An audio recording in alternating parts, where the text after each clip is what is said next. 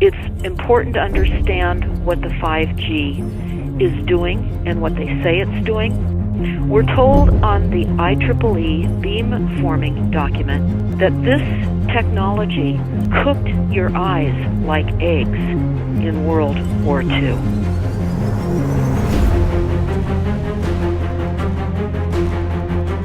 And you all need to understand these are military weapons. These are assault frequencies. If you garner nothing more than that, that's what you need to know. It's microwave radiation warfare, is what this is.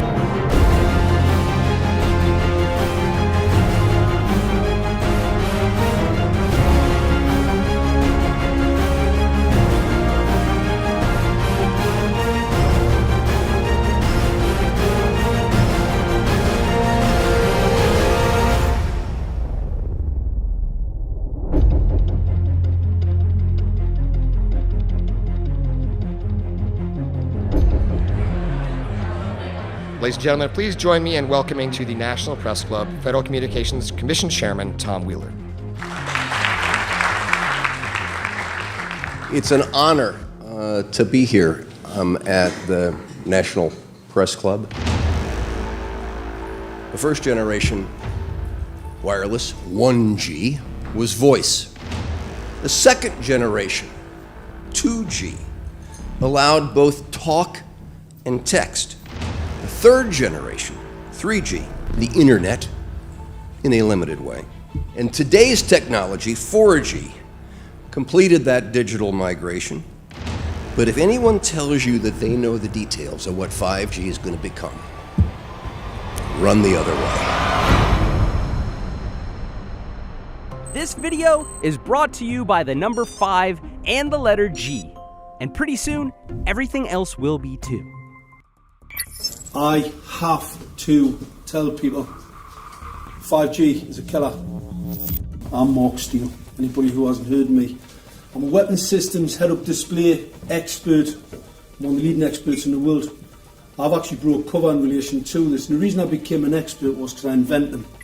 What I'm going to say to you today, do not believe a single word I say. Not one. I want you to do your own research. You'll find it's absolutely terrifying. You got your body card? Aye. Oh, good lad. Right, because I can talk to that. This 5G rollout is a weapon system. I've got a letter in with central government because I know about weapon systems more than anything other. In Britain, in a place in the north of England called Gateshead, a scientist there called Mark Steele has been very publicly and actively warning people about the effects of LED streetlights, which he says in Gateshead are emitting now 5G. Right, what's the crack? Hey, lads. I'm just having a word with these Gateshead council workers about replacing these transmitters on these lights that are causing harm and assaulting the community. This is an existential threat to the economy, to the environment and humanity. If these transmitters are everywhere, then everyone's at risk, surely.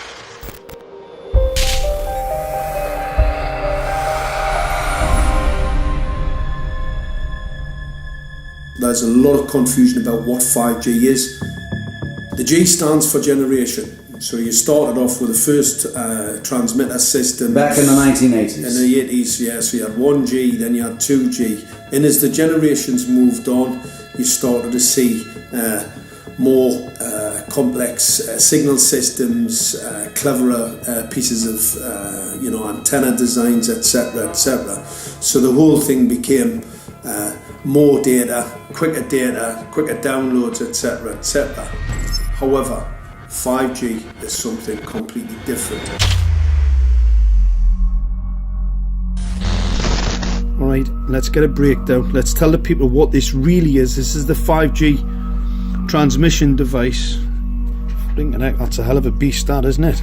These are the uninsurable transmitters. Just get a good look at that, guys, because obviously I know there's quite a few experts who want to see more detail about the transmitters and the chipsets. Just have a good look, boys. This is the control management system masquerade. There's an antenna there, you see that? What is this phased array antenna here? What's that? This is for phased array, alright? As you'll see, it's got a driver, it's got some chip there. It's one chip. Look at the chipsets on this. This is your dystopian world. What did Gateshead Council say? I'll tell you what, I think we better send some of these educated fools back to school, or just send them to prison, whichever's the easiest. I think prison's probably better. Alright, that's 5G, guys. That's 5G hardware. You must consider the whole part played by electricity in nature. Human beings cannot go on developing in the same way in an atmosphere permeated on all sides by electric currents and radiations. It has an influence on the whole development of man. This life of men in the midst of electricity, notably radiant electricity, will presently affect them in such a way that they will no longer be able to understand the news which they receive so rapidly. The effect is to damp down their intelligence. Such effects are already seen today. Even today, you can notice how people understand the things that come to them with far greater difficulty than they did a few decades ago. Rudolf Steiner, 1924. Rudolf Steiner noted that in 1924, since then our atmosphere has become far more permeated with electric waves of widely diverse types. There's no doubt now that electric waves, electromagnetic forces, cause direct biological effects. There's thousands of peer-reviewed papers on this subject. There's no doubt about it. But what are these effects? How are they affecting us? What can we do about it? We're now at a stage where we're putting in what's called 5G, which is a special type of broadcast for high-density information transfers. And it turns out that this is the same frequency bands that are used in crowd dispersal weaponry.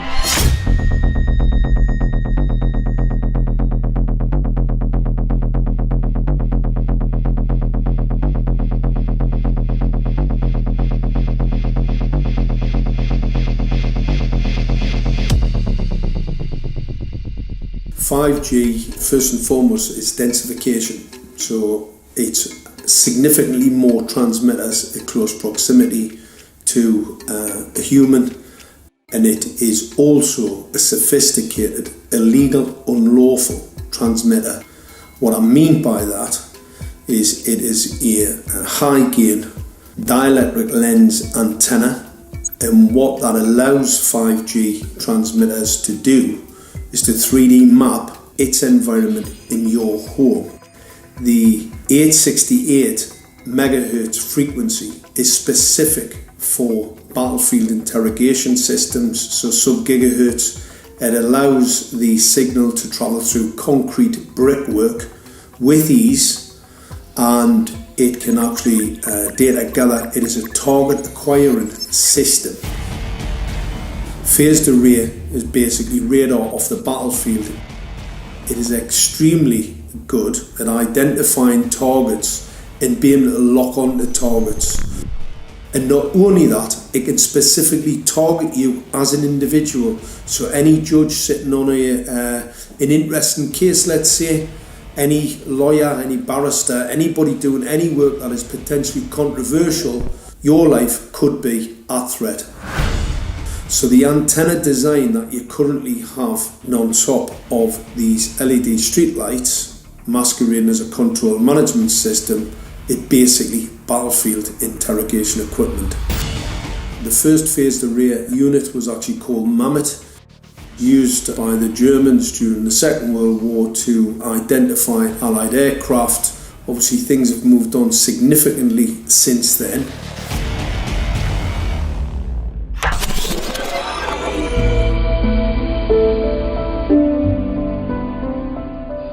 Well, I joined the Royal Navy in 1960, and I specialised in microwave warfare. Radar, obviously, which uses microwave, but they don't just teach you radar, they teach you all about microwaves and other uses. So I understood about microwave warfare and how it can damage people, how it can harm people. Microwaves then were used as weapons, as they are today. It is a perfect stealth weapon, and when governments don't like a group of people, For instance, the ladies who protest at Greenham Common in England about the American missile base they camped, they were microwaved. We microwaved Catholics in Northern Ireland to make them sick. It goes on all over the world. And it's a weapon that you don't know you're being targeted, because the dose is very, very low, which is actually more dangerous than a high dose. It's very, very low, and it may take a year or two, but you can cause neurological damage and cancers with low-level microwaves, and you can make all your opponents sick. It's a perfect weapon for a government. Our impulses are being redirected. We are living in an artificially induced state of consciousness that resembles sleep.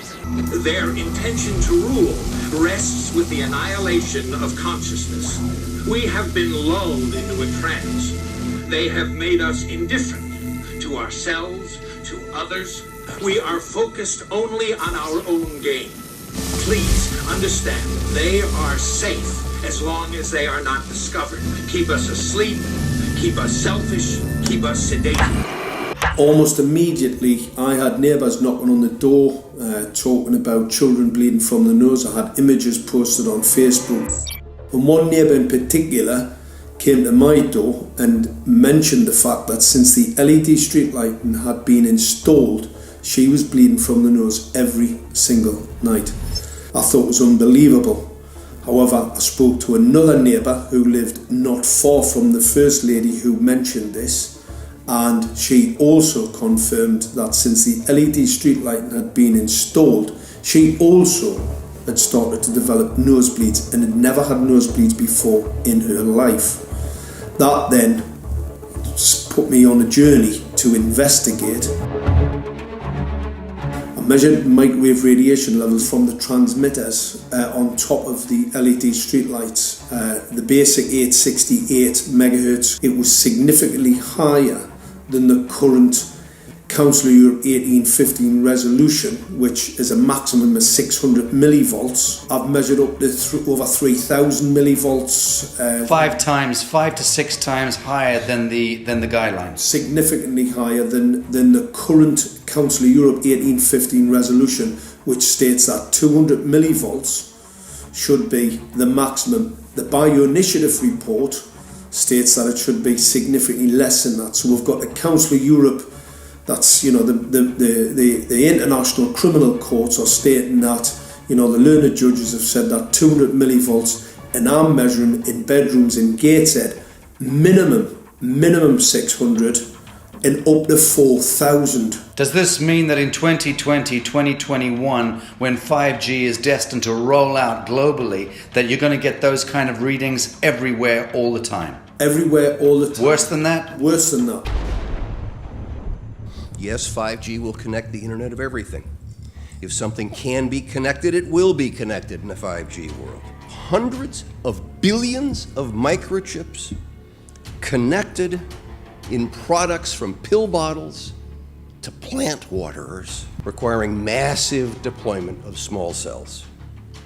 We won't wait for the standards. Now, to make this work, the 5G build-out is going to be very infrastructure intensive. We must reject the notion that the 5G future will be the sole provenance of urban areas. The 5G revolution will touch all corners, and that's damn important. The interconnected world of the future will be the result of decisions we must make today.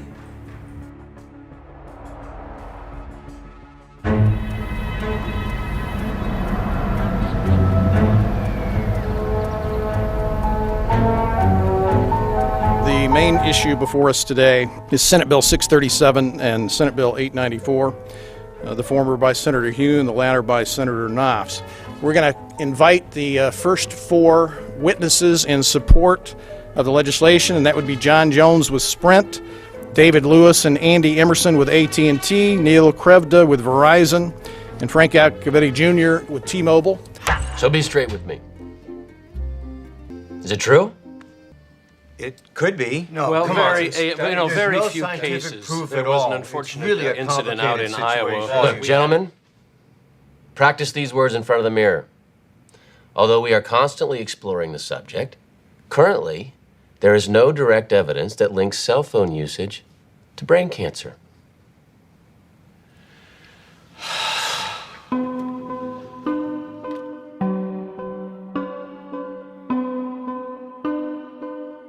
I'm Sharon Goldberg. I'm an internal medicine physician. I've practiced medicine for 21 years, and my background is mostly academic, internal medicine, hospital-based, clinical research, and medical education. I'm a certified Microsoft small business specialist. I've worked on space station designing the cabling system for the airlock module, where I was responsible for EMI/EMC analysis, which is electromagnetic interference, electromagnetic compatibility. I am a professor in the Department of Epidemiology, Biostatistics, and Occupational Health, and I teach there both toxicology and health effects of electromagnetic radiation. My name is Daphne Tachover, and I'm the founder of an organization called We Are the Evidence. We are an organization that represents the many adults and unfortunately many children who have become very sick from wireless technology radiation. There seems to be a couple false Easter eggs being put out there right now. I want to make sure we dispel that right off the gate.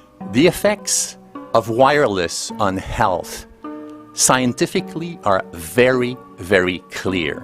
So it's always pushed back to the definition of an acceptable level of radiation. And that's what this is, by the way. This is about radiation. Wireless radiation has biological effects, period. My name is Dr. Angie Kolbeck.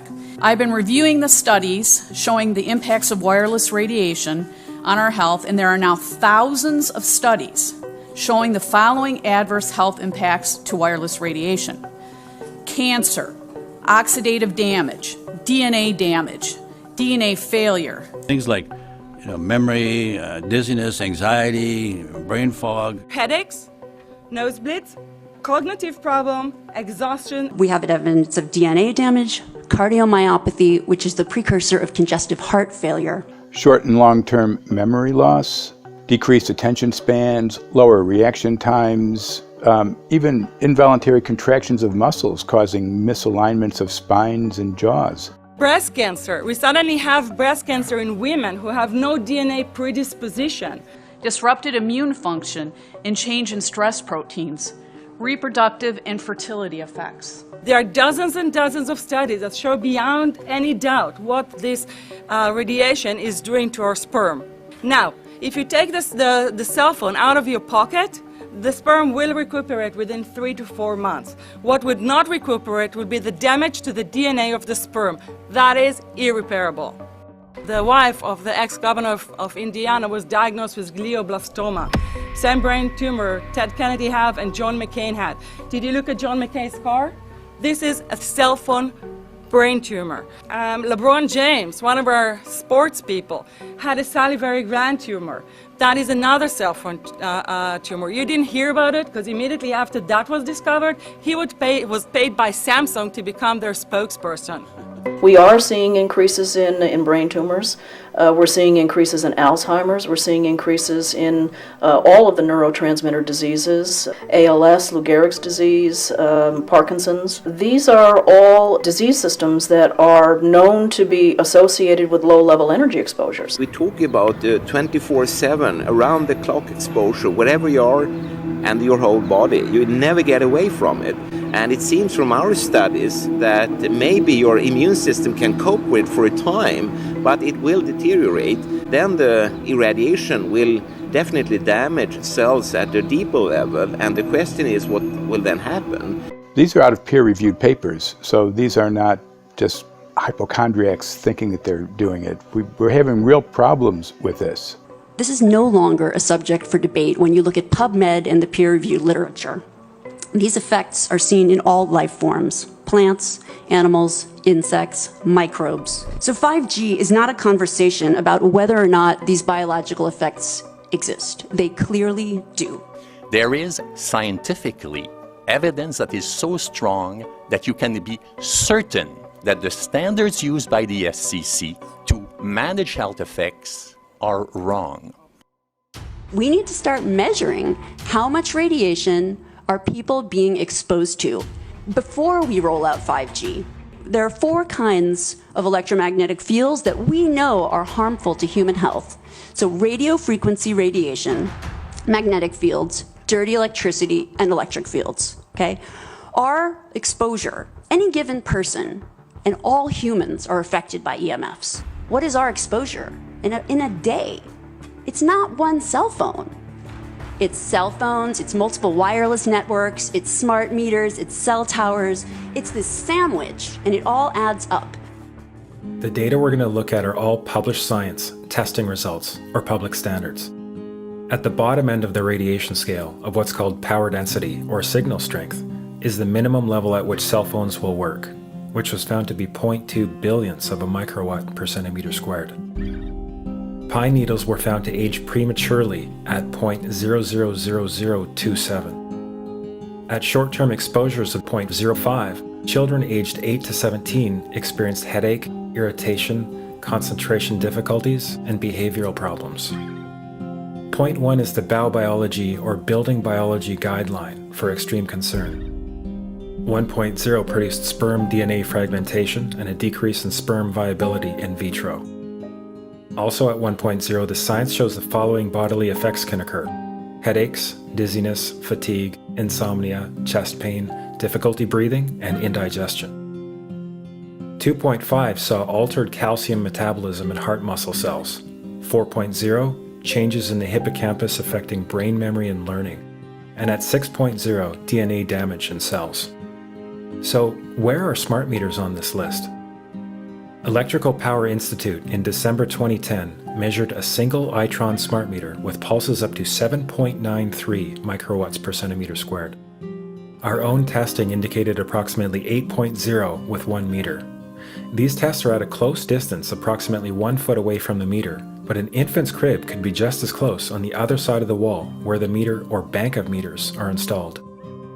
Even though there are all these known health effects at levels far lower, Switzerland, Liechtenstein, and Luxembourg see fit to set the standard at 9.5. And China, Poland, and Russia, 10.0. This is the same level at which behavior has been altered, producing reflexes of avoidance following 30-minute exposures. A room of 12 smart meters, very common and even a conservative number in an apartment building, tested at 19.8 microwatts per centimeter squared. This is hundreds of times higher than levels which clearly indicate harmful effects.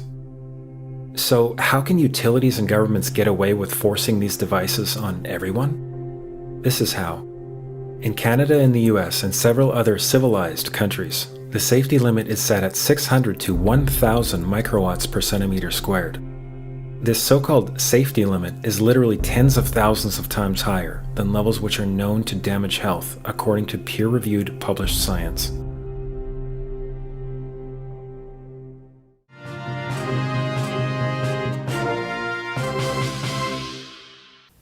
Faster, better, more reliable internet. That's the promise of 5G technology, but there is also the peril.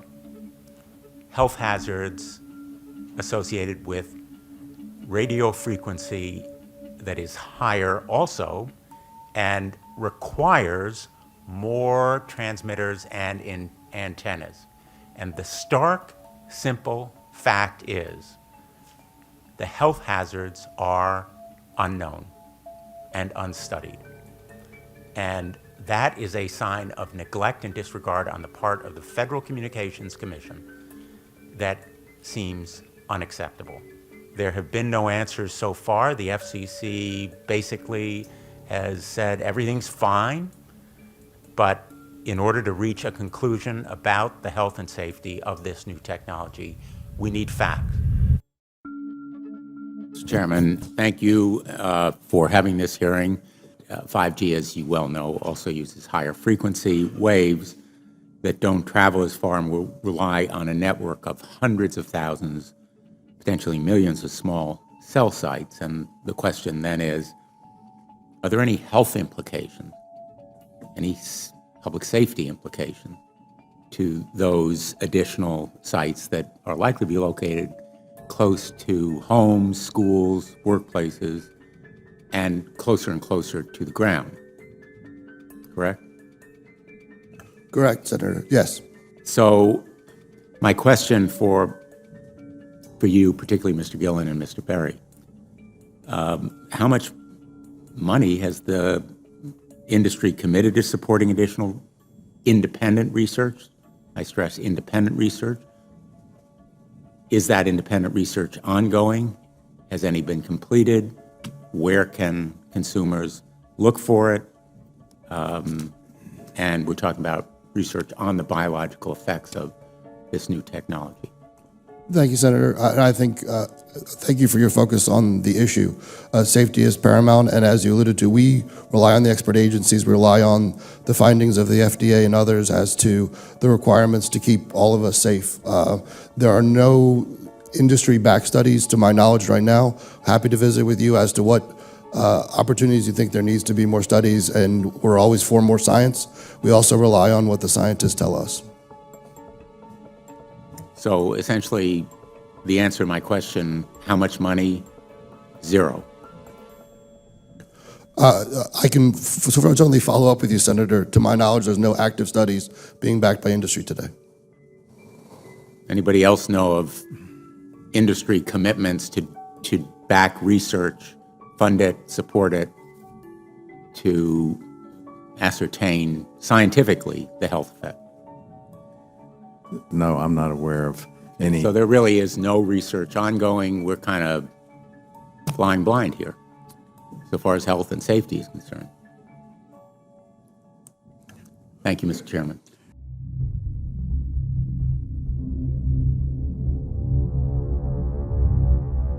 You're a trained medical professional. Yes. We don't have one on the panel.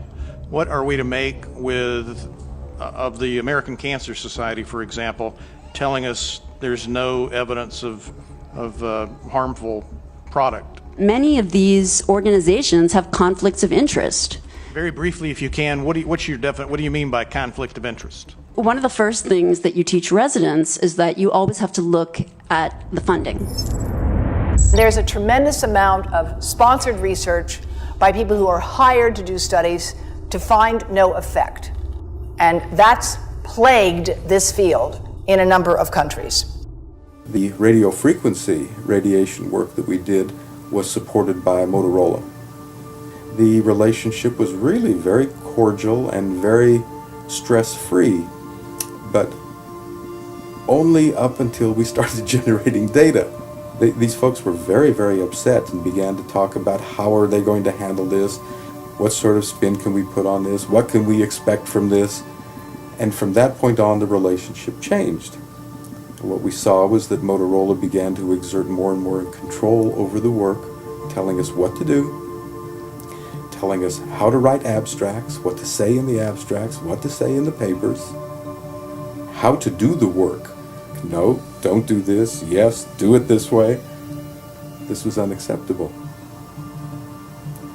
I had completed our study of DNA damage, and I submitted the final report to Motorola. They simply weren't willing to accept my interpretation of my study, my evaluation of my study, my knowledge of science at that point, and tried to urge me not to publish the study. Did you hear about people coming to you as far as having complaints about illness? We were made aware of health complaints following installation of smart meters, and we wanted to verify this using our field work. So I measured the field of about 30 different people while they stood 1 foot in front of the smart meter, and in every single case, the human energy field was obliterated as they stood in front of the smart meter. So in our first slides, what we see is normal cells, and the structure of the cells is intact and sound. This is what we would expect from a normal sample. So after 2 minutes of exposure in front of the smart meter at about 1 foot away, we see a totally different story.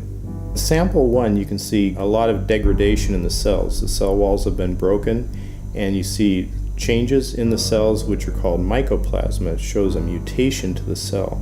In the second sample, we see a different type of degradation to the cell membranes. You can see a corrugation here. This is called bottle cap formation, and it's known that this occurs due to oxidation or exposure to free radicals.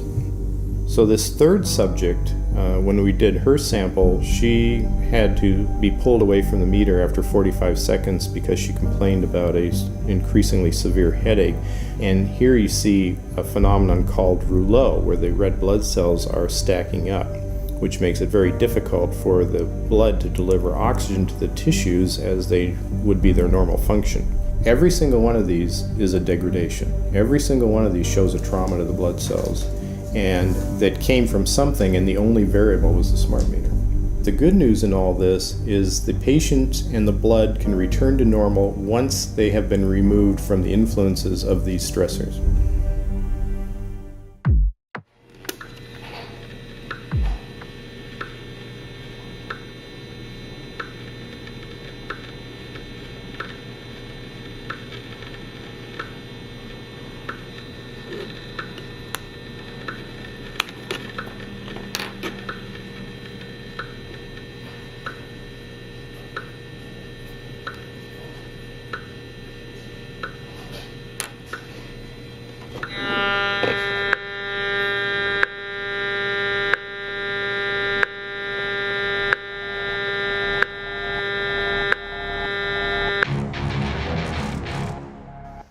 Some of the effects that we can look at, well, one thing is just our regular Wi-Fi, 2.4 gigahertz.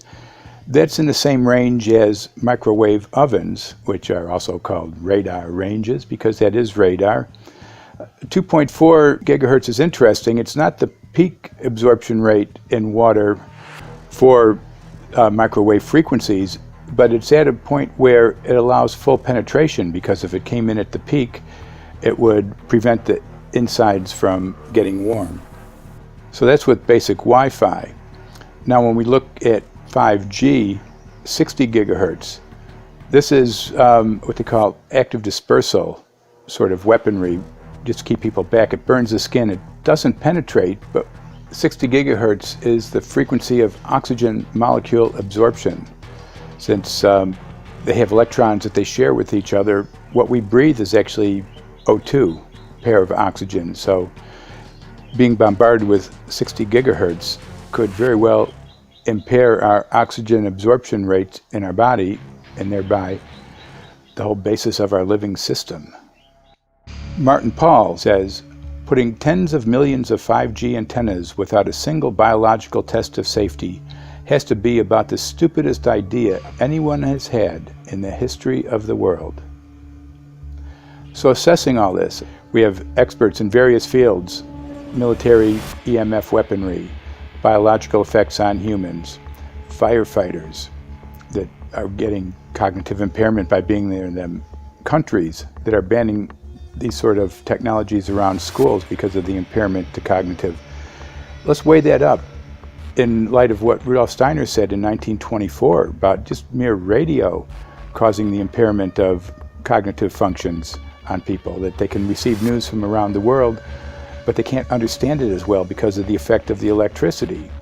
We have to say, something smells sinister here. With the 5th generation, it's actually a whole new ballgame. It's not using the same technology. They're switching to military-grade millimeter wave technology. And when you look at this technology, I mean, if you go and look at DARPA reports, come and look at some of the patents that the United States military has put out on what they can do with psychological weapons, all sorts of things, crowd control, active denial, anything you can think of, this is what they can do with 5G. So any type of military application you can think of which has an electromagnetic base, they can do with 5G. And they're putting this out blanket across the population. Ladies and gentlemen, the President of the United States. Good evening, my fellow Americans. In the councils of government, we must guard against the acquisition of unwarranted influence, whether sought or unsought, by the military-industrial complex. The potential for the disastrous rise of misplaced power exists and will persist. We must never let the weight of this combination endanger our liberties or democratic processes.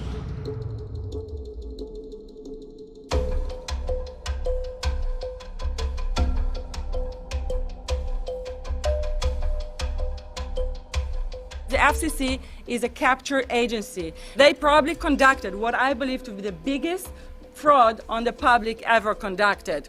The FCC has been described by Harvard University's Center for Ethics writer Norman Alster as the most captured agency in D.C., acting more as an industry cheerleader than a regulator. This is especially true today with 5G, where there are serious safety concerns and potentially misleading information coming from the FCC. For example, the previous chairman of the FCC is Tom Wheeler. He was the head of the Wireless Lobby Association for 14 years. Now remember, Obama told us there would be no lobbyists in his administration, so he took the biggest lobby and put him as a head of the FCC. And that's damn important.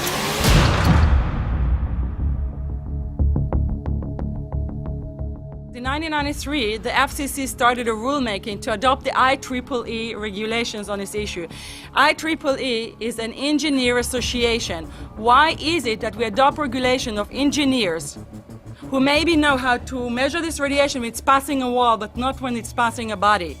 All our health agencies objected it, saying that it makes no sense to adopt engineer association, that they had not even one biomedical person on their team. They are effectively indemnified against adverse health impact lawsuits when the acceptable limits are higher than the limits actually shown to show harmful health effects. The FCC guidelines were developed for short-term exposures, 6 minutes, 30 minutes, depending on it's a phone or an outdoor exposure. And they have absolutely no connection to the biological effects that have been very clearly summarized in the Bio Initiative. So as you can see, there's a number of individuals in this room today that have serious concerns about this as regards to their health. If one of your companies decides to put one of these small cells up at a pole that's within, say, 50 feet of one of their houses, what recourse do they have to say, is there a way to move it somewhere else? There's language in the bill so that the authority can require the applicant to come forth with certification of compliance with the FCC's rules related to radio frequency emission. Remember that denial of request or denial of permit request that you can put in? It's going to point back to the acceptable levels as determined by the FCC. Not the EPA, or not the CDC, the ones who usually take care of health concerns, but by the FCC, which is staffed by former members of the telecommunication industry. That's the fox guarding the henhouse. It's a fact that most insurance companies will not indemnify against EMF effects. Telecom companies around the world are warning their investors of potential major costs due to real or alleged risks of EMF pollution from their products. Interestingly enough, they're warning their investors, but they're not telling their customers. They're basically keeping it quiet because that's where their money comes from. So we're using technology that could be very potentially harmful to us, and the investors know it. But their only worry is that they might lose money, not that our health might be affected. First of all, I think what you should really think about is why is it that they're not insured? It's not that they chose to be self-insured. They're actually rejected by the insurance company from being insured because they understand the risk. And so the insurance companies, the big insurance companies, will not insure the telecommunications? So there's insurance companies, and then there's what's called secondary insurance companies. Secondary insurance companies are the insurance companies that insure the insurance companies. So in an event, an insurance company, let's say I insure Verizon, and it may not be able to meet the claims, then the secondary insurance company is kicking in. Like Lloyd's of London. Sorry? Like Yes, Lloyd's of exactly. London. So two leading one would be Lloyd's of London and Swiss Re. Both told the insurance company not to insure the wireless industry, and this is why they're not insured. And that should give you a hint. Now, this is exactly why they have to prevent a lawsuit. And how did they prevent lawsuit? That goes back to Section 704.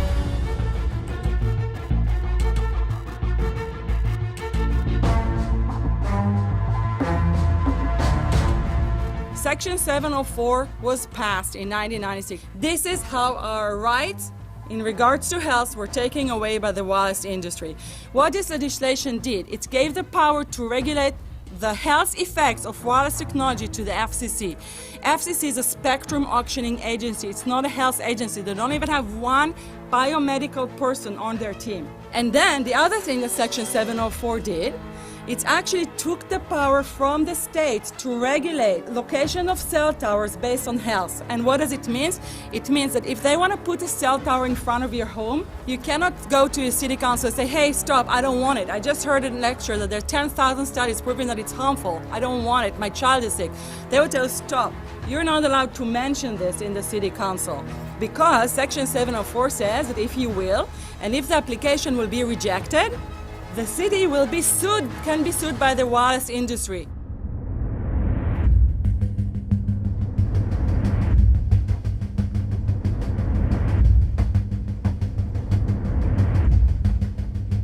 A major U.S. government study on rats finds a link between cell phones and cancer. Very first government study linking the radiation from cell phones to cancer. 2-decade, $30 million federal study out today found there is some evidence of a link between cell phone radiation and brain cancer.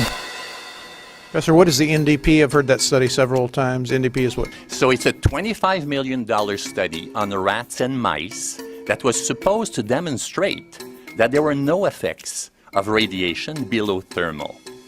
And in fact, it demonstrated exactly the opposite.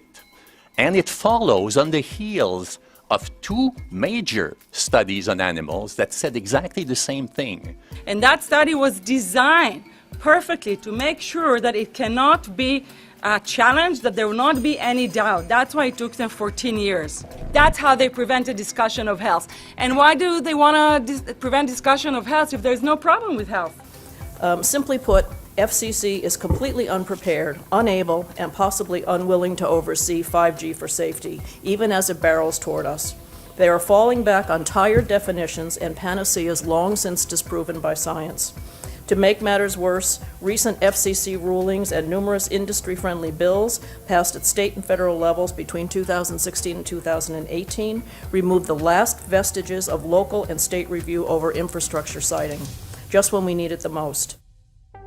When those first studies were performed years and years ago, nobody knew about the importance of the microbiome, the role of the microbiome and the immune system, and even less the role of the microbiota inside our brains, that is, the microbes that are normally resident inside our brains, whose influence on brain function is nothing but immense. And you may think, well, who cares about the microbes? The less microbes we have, the better it is. Well, we know by now that this is not absolutely the case, because microbes are truly essential for the development and function of all our organs and systems. Our immune system is based on the microbes we have in our gut. And our brain also has microbes that influence its function.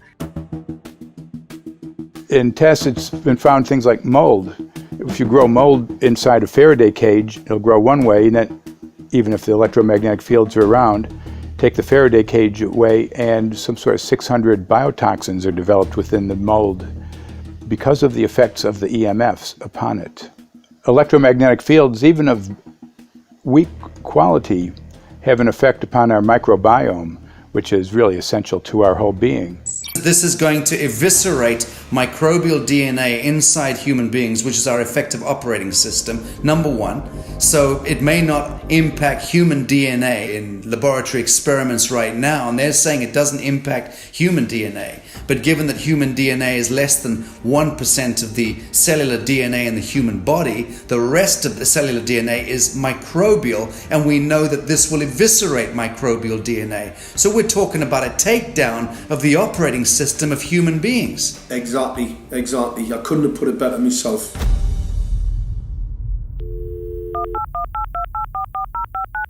John Brandt.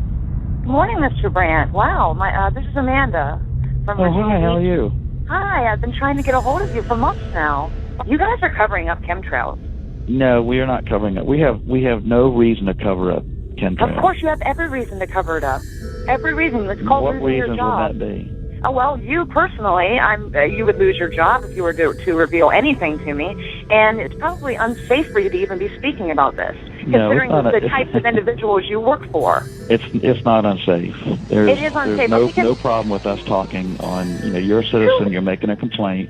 Oh, Lord have mercy on my soul. It's a complaint in an area that we don't have authority to regulate.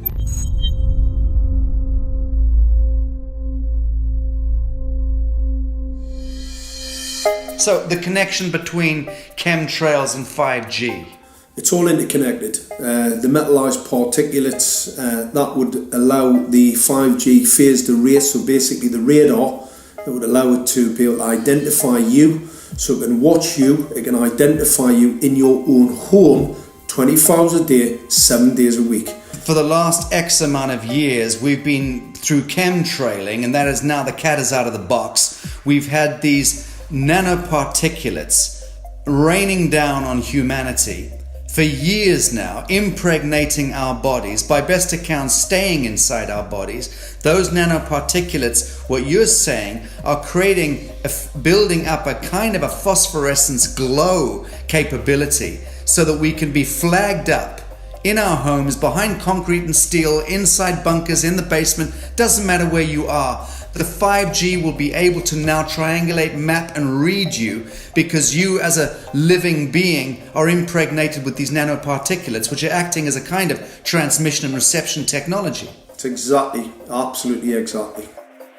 You have to consider that DNA also works as a fractal antenna, which is able to send and receive and also to process signals under the form of radio frequencies. Well, then there is no doubt that artificial radio frequencies, such as those of cell towers, and in particular these new types of towers that have a much higher density of signals, they may somehow interfere with the ability of DNA to retain and transmit biological signals. So this is one level of danger that very few biologists are aware of.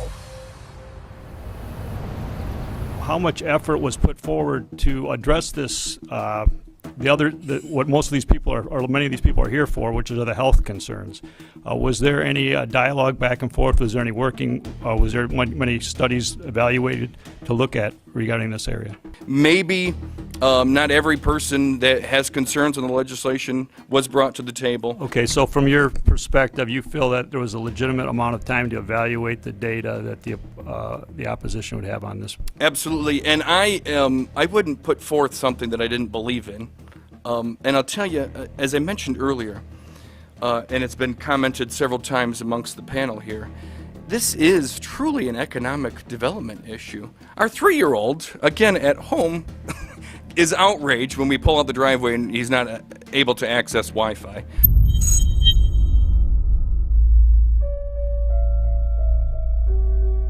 I think anyone who puts Wi-Fi into a school should be locked up for the rest of their life. I really do. I think they're not fit to walk on the surface of this planet because they haven't looked at the research, and whatever incentive they have, it is not worth the genetic problems that parents are going to face with their children when they're born.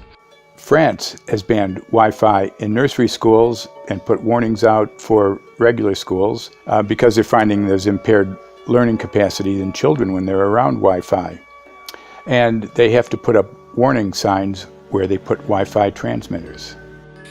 When I got sick and I learned that they're putting Wi-Fi in the schools in Israel, I was very sick at the time, but I could not tolerate the thought that children in the schools will become as sick as I have. And after a few months of correspondence, I submitted a Supreme Court case in Israel to ban the use of Wi-Fi in the schools and replace them with wired network.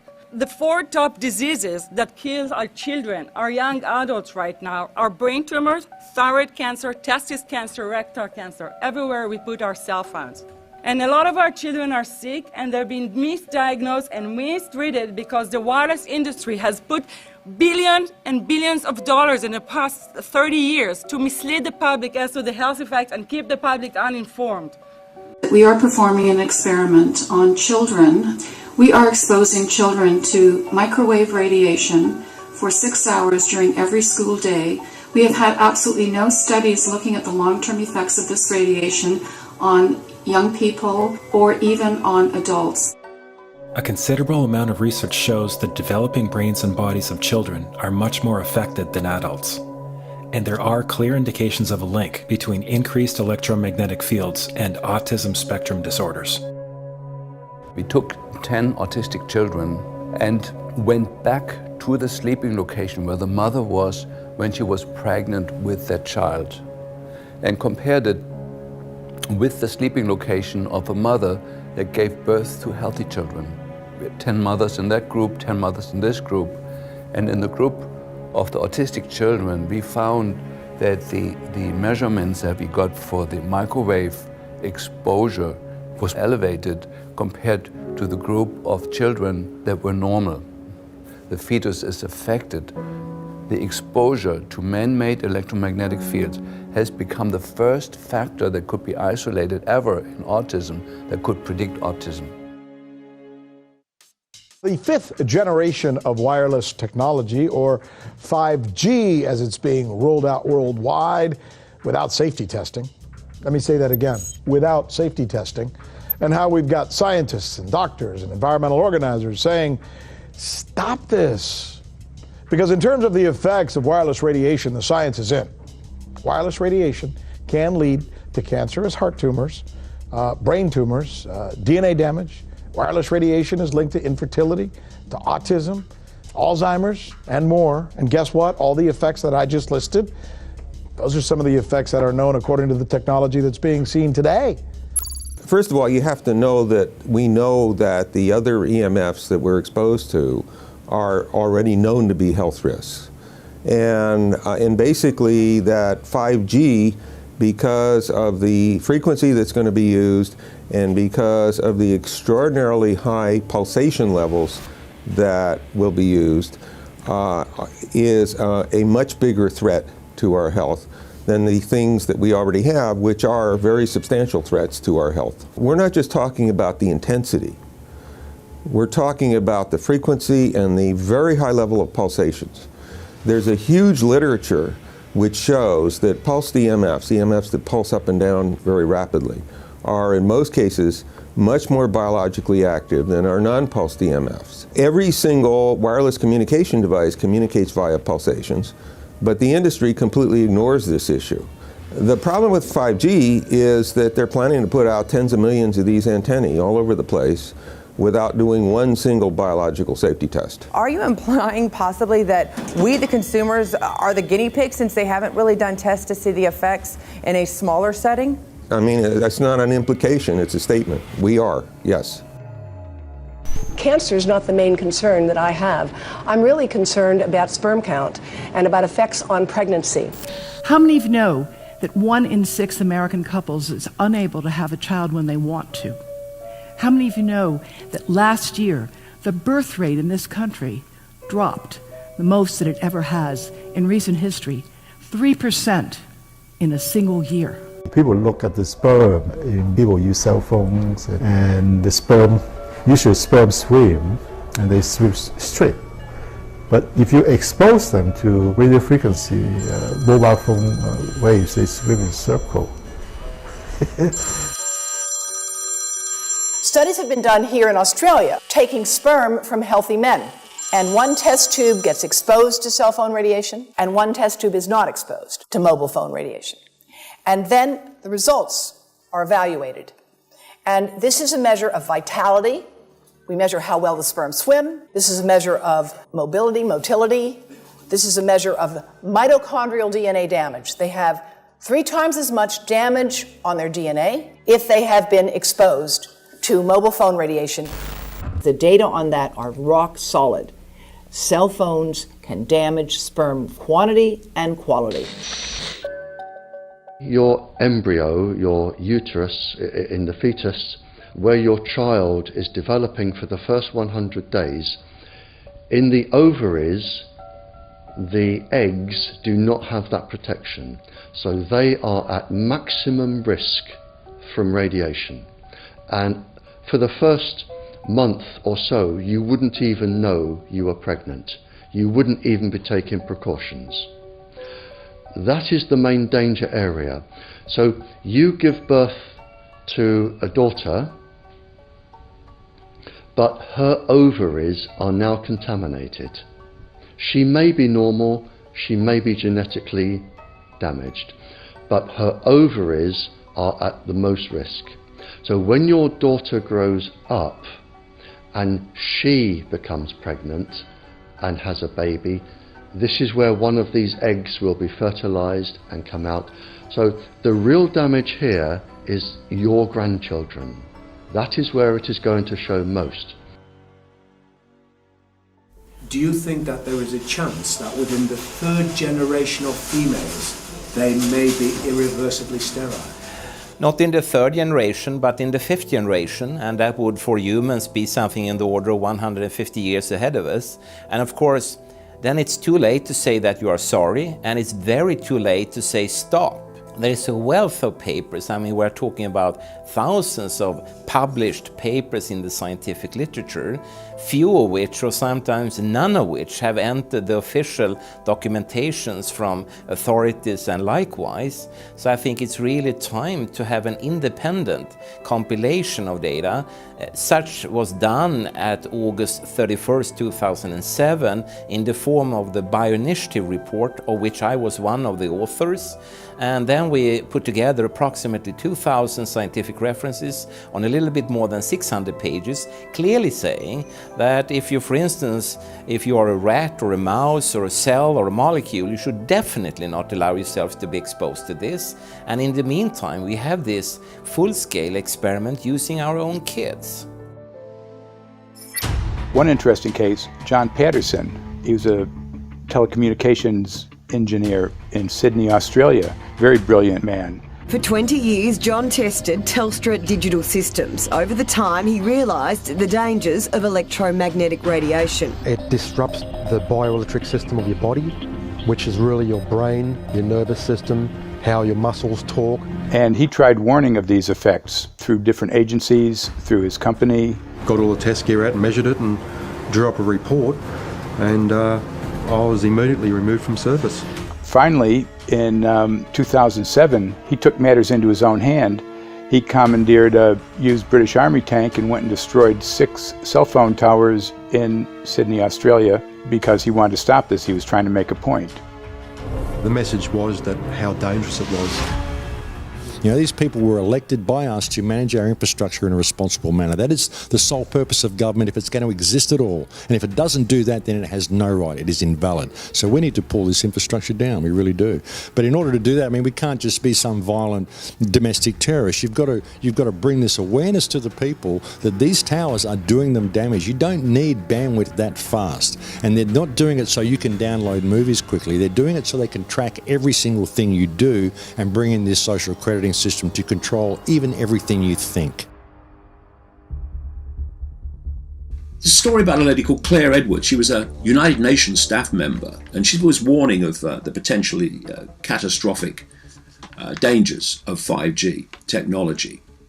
I took the issue to the UN Secretary General, Antonio Guterres. He is a physicist and electrical engineer, and lectured on telecommunication signals early in his career, yet asserted to me that he knew nothing about the dangers of 5G. Current public exposure levels are at least 1 quintillion, that's 18 zeros, 1 quintillion times above natural background radiation, according to Professor Olle Johansson of the Karolinska Institute in Sweden. The highly dangerous biological effects of EMFs have been documented by thousands of studies since 1932, indicating that we may be facing a global health catastrophe orders of magnitude worse than those caused by tobacco and cigarettes. 5G is designed to deliver concentrated and focused electromagnetic radiation in excess of 100 times current levels in the same way as do directed energy weapons. There is currently an international appeal signed by 237 EMF scientists from 41 nations urging the UN and particularly the WHO to exert strong leadership in fostering the development of more protective EMF guidelines, encouraging precautionary measures and educating the public about the considerable health risks, particularly the risks to children and fetal development. Sorry, because we are talking with someone that is a little bit ignorant on these things. If you're talking to the Wi-Fi systems, I become worried because I put those devices in my house. I will have to, I confess my ignorance on this. We will have to, but I'm going to raise this with WHO, which I think is the organization that might be able to deal with it properly, because I must confess I was not aware of that danger.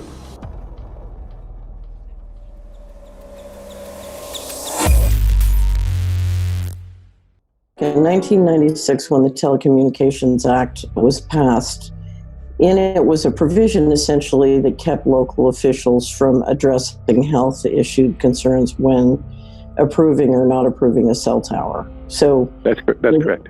But then something new is happening. We've talked a lot about it on the Solari report, thanks to Jason Bowden-Smith and his website EMF Warriors. But this is new. This is very, very new. So you're basically, sending out an appeal on something that in one sense hasn't happened yet. This is not just an incremental change. This is a big step up. It's a sea change. An onslaught's not an improper word. It's a bombardment. So instead of a cell tower 1 mile or 2 miles from you and you still have cell phone service, we're going to have antennas every block, and some poor soul is going to have one mounted to a utility pole maybe less than 20 meters from their home. So this kind of, invasive bombardment with this many antennas, just in 1 square mile, if you do the math, 1 per block and 16 blocks per mile, that's about 250 antennas per square mile. The millimeter wave is untested. Former FCC Chairman Tom Wheeler openly said that they don't plan to test. We won't wait for the standards. And then our appeal also addresses the fact that there's a plan to roll out 5G through satellites in low Earth orbit. So 20,000 satellites, which will cover every square foot of the planet with a 5G signal. 6, 5, 4, 3, 2, 1. Night after night, politicians and other leaders were telling Americans that Sputnik revealed that we were at great risk. Not just our pride, but our security is at stake. If Russia wins dominance of this completely new area, well, I think the consequences are fairly plain. Probable Soviet world domination. We choose to go to the moon in this decade and do the other things, not because they are easy, but because they are hard. Because that challenge is one that we're willing to accept, one we are unwilling to postpone, and one we intend to win. Welcome, everybody, to the White House. This is White House 5G Summit. My name is Justin Clark. I'm the Director of Public Liaison, and we are thrilled to have you here today. Really happy to be joined by a lot of leaders in industry, members of Congress and the Senate, White House leaders on this, and people from the FCC.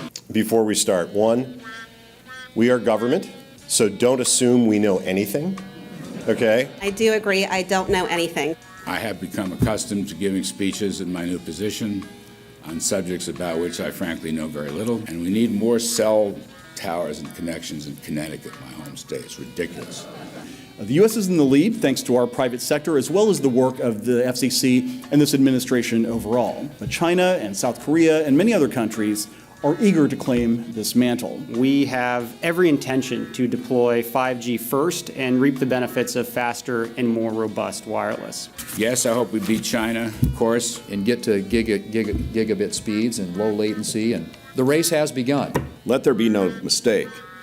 The race to 5G is a sprint. Winning the global race to 5G, it's a national priority. We must bear in mind the national security implications of winning the race on 5G. Today we're talking about the importance of being first in 5G, continued commitment to putting America first in the race to 5G. We're calling it America First, 5G First. Well, our strategy is called the 5G FAST Plan, a plan to facilitate America's superiority in 5G technology. Connected devices for health applications, which I love, has the capacity to make people healthier, as I understand it, a lot of medical applications. Industry is not asking the government for money to build 5G networks. They're asking us to cut the red tape that surrounds infrastructure deployment. We cannot let today's red tape strangle the 5G future. The red tape slows and sometimes stops the building of densified network facilities necessary for 5G. As we continue our efforts to keep government out of the way so that America can continue its leadership for America to win the race to 5G. One path is the government regulatory path. The other path is the private enterprise free market. Gales of creative destruction, Schumpeter path. You ever heard that? Gales of creative destruction? It just means let it rip. The new replaces the old. With 5G, we're on the cusp of another era of American innovation. It means an even more connected world for everyone around us, unlocking the potential of the Internet of Things to become safer, healthier, and more sustainable for our future. You know, sometimes, look, we all believe in the 10th Amendment, but sometimes you have to override it.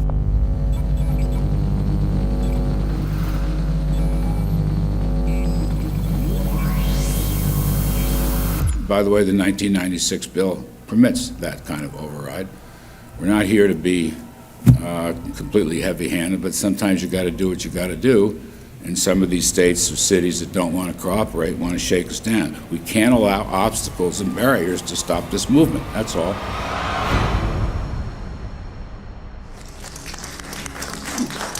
And this happened in Canada. I mean, there were some activists I was working with up there that said, well, you know, we won a victory. We got the Public Utilities Commission to allow us opt out. And I said, boy, that's divide and conquer. They just got rid of the people that were raising hell. So, you know, that's not the answer. We need to opt out everybody.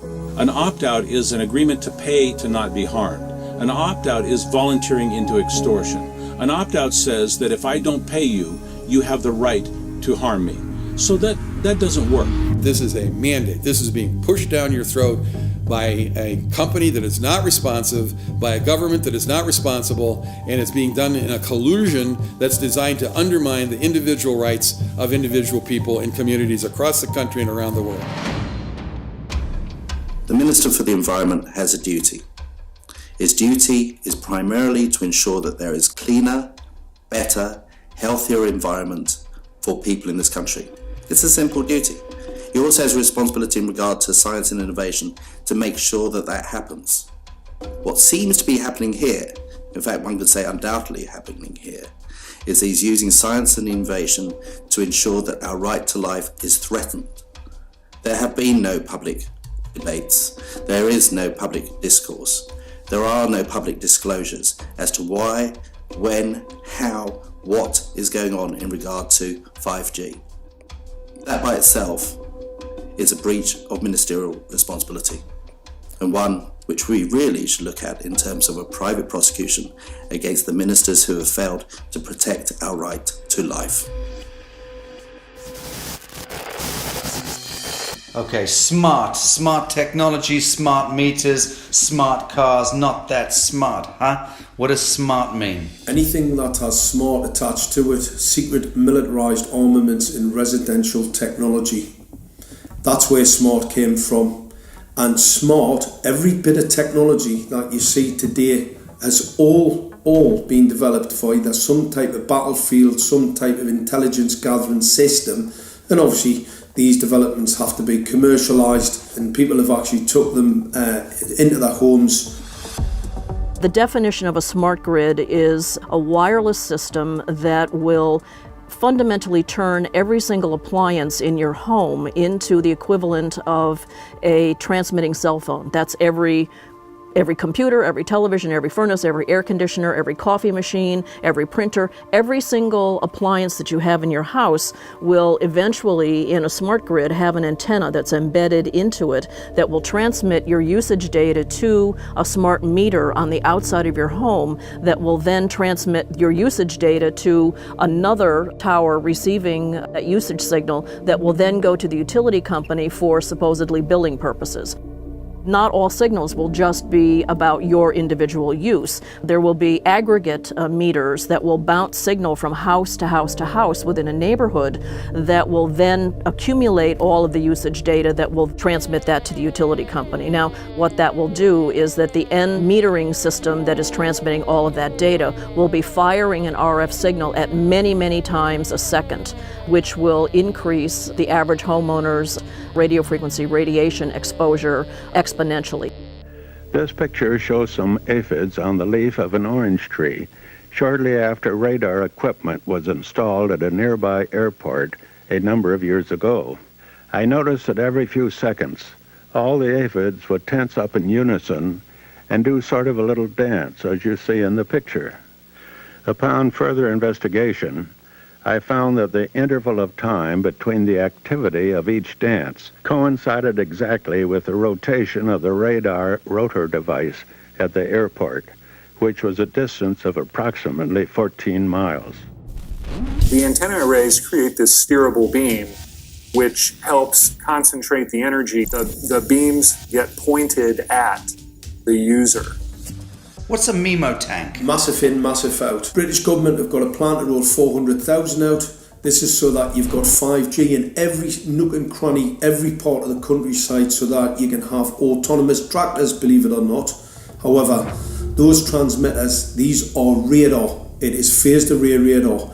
Though that radar signal sweeping the countryside will kill every pollinator, every biological structure, it will sterilise livestock, it will kill the ground, consequently land won't have a value, obviously farmers will die, the community will be under attack. The community will be under attack. If we can't produce food, if we kill all the pollinators, we're in serious trouble. The takeaway is that 5G, the $1 trillion rollout of 5G by our friendly local government, is definitely a weapon system masquerading as a modern efficiency technology. It most certainly is, and what I put it down to, it's economic terrorism.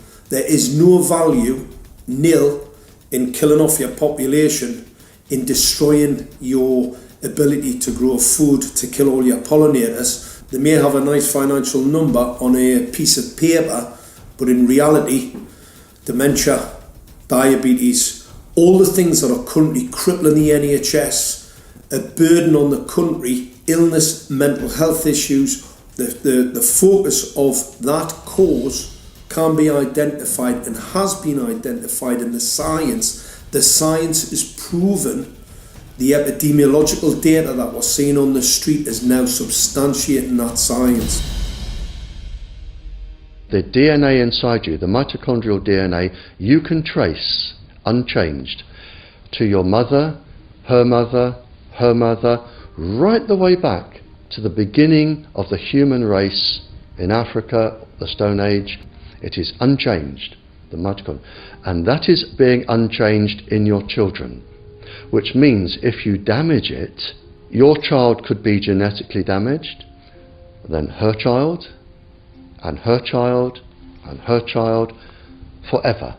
You are condemning the future generations of every single child. There is, however, a light at the end of the tunnel, or there is some ray of hope. Thanks to the principles of biological quantum entanglement that we have learned how to exploit in the field of biology and medicine, now we can transfer the information from the microbial DNA to the human DNA. And in so doing, we can train, so to speak, the microbes to withstand whatever extreme condition they are exposed to, including this new technology. And then we can train them to transfer this resilience of theirs to our DNA.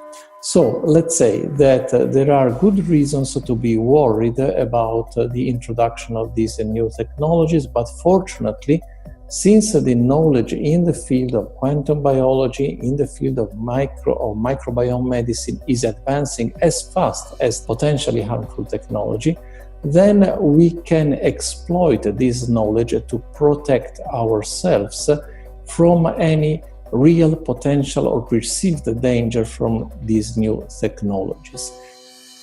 I've met with molecular and cellular biologists, with blood microscopists, with weapons development experts, frontline activists and researchers, and all the stories I'm hearing from these experts and pundits leads to the same thing.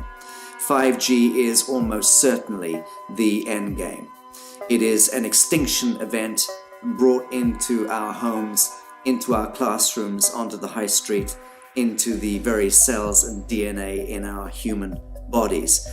It is such a perilous threat that it is almost impossible to imagine, let alone describe. When the 5G signature goes live, it will tap into a multitude of satellites which are in geosat orbit around the surface of the Earth. Millions of surface antennas will pick up that signaling and will then scatter the signaling into hundreds and hundreds of millions of different micro antenna systems set up on street lamps and even in your home, which you're not aware of incidentally. The LED light bulbs in your home invariably contain the micro or nanotech lens flare capacitors which will receive the 5G signaling, and it will proliferate the 5G signaling everywhere by exploding the signal into billions of photons which will target everything all at the same time. This is stealth technology. This is invisible science. But what it means in simple terms is that you will be flagged up, visible, trackable inside your own home. Anywhere you move on the surface of the Earth, they will have a lock and load tracking capability over you. You will be visible to invisible masters, each one of us, all the time. Today, our governments and the corporate sector have managed somehow to infiltrate the mainframe of our civilization and are pushing through a $20 trillion infrastructural rollout without any, and I mean without any, health science running behind it. There have been no tests. Your government and your health authorities are either in collusion on this matter of genocide and ecocide, or they're just damned stupid, and I would suggest it is the latter. Shame on the technologists and the electricians who are furthering this technology in our homes, in our offices, in our streets. Shame on the legislators and the parliamentarians and the troglodytes and bureaucrats that proliferate our society today. Shame on that echelon for putting their signatures to contracts which allow the fast tracking of this technology into our homes and onto our high streets. Shame on the parliamentarians and international leadership whose wet ink signatures and seals of office are sanctioning and permissioning the rollout of something which is arguably the greatest threat to humankind. Shame on each one of us who now fail to get up out of our homes, walk out of our front doors, and challenge every so-called authority who dares to violate our bodies, our homes, and our future generations.